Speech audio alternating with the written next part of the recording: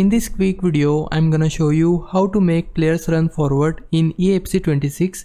If you wanna trigger a player in FC26, here's how it works. When you're facing a teammate, simply press L1 on PlayStation or LB on Xbox. That command makes your player start a forward run.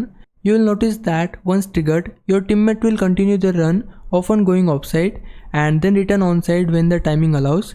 You can even trigger multiple players at once, though if you spam the command too quickly, it may not always register. You are not limited to just nearby players either. You can trigger anyone on the pitch. For example, if you want a player on the far side to make a run, just aim your left stick in their direction and press L1 or LB.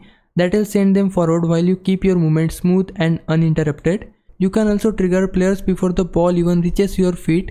So as the pass is coming in, you can already have another player making a run to prepare for your next move, like setting up a through ball or a cross.